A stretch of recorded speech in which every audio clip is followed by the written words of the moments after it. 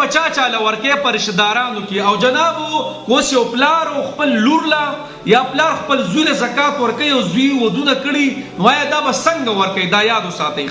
جنابو د ټولو نه مخکې چې زکات ورکوئ نو هسې غر ته به کاڼي نه چوتوئ. صحیح ده؟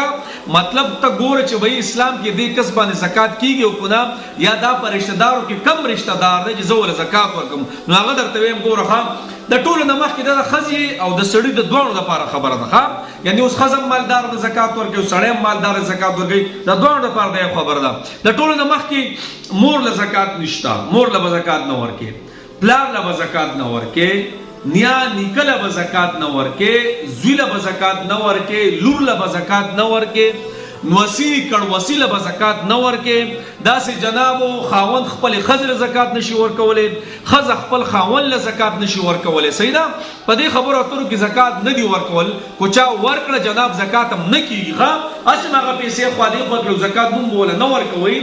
تاسو به د الله په عدالت کې مجرمان یې ځکه زکات ستاسو نه دی شوی او مالدار کس باندې هم زکات نه کېږي. ګوره یو پلار دی او لور یې واده شوی د لور او هغه وایي چې زما دا لور ډېره غریبه ده زه ورسره څنګه. ګوره ورونه خو ورسره کولی شي. اوس که چېرته د دې ورونو سره د خور صحیح سمې صحیح نو بیا به لیسه ورکوي. صحیح ده؟ او ګنۍ سمې څه نه وي نو ورونه خپلې خور له زکات ورکولی شي، خویندې خپل ورور له زکات ورکولی شي. دغه ټینشن نشته. خو دا پلار یا مور د خپلې لور له زکات ورکوي او لور یې غریبه وي نو جناب په لور خو زکات نه کېږي که نه. دغه پلار او مور به د دې لورو د خاوند نیت کوي، یعنی د خپل زوم نیت به کوي. زومو چې جناب زه خپل زوم له پیسې ورکوم د زکاتو او هغه به باقاعده د زکات مالک کوي. یعنی هغه زوم ته وایي چې دا د زکات پیسې دي او دا قبول یې که ځان ته په خبره پوه شي. د دې نه علاوه ګوره تا ولې پیسې ورکړو تا خبر کړی نه دی نه زوم به پې خبرې جناب چې ته غریبه یې زما دا لور د سره تا له زکات درکوم پتا کېږي دا زکات پیسې دا ته قبول یې که یعنی ځان مالک ساز که. صحیح ده؟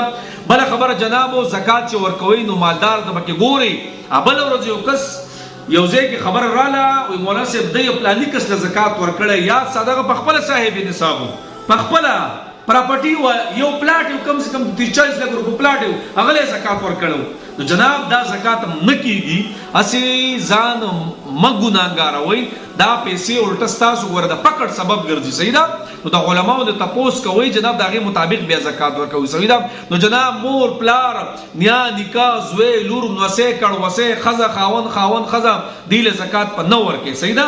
دغه یو صورت دی چې خپل لور زکات نور هم پکې دنیا خبرې اترې دي خو جناب زکات مستحق له ورکوي کم کس چې حاجتمند دي. په دې کې مخ ملازم مه کوئ، په دې کې تعلقونه مه ګورئ، په دې کې مه وایئ چې دا پلانې ډینګری بس د الله د رضا کار دی او د الله د رضا لپاره زکات ورکوئ او مخ ملازم پکې د سره مه کوئ. صحیح ده؟ الله مو راته خوشحاله ساتئ.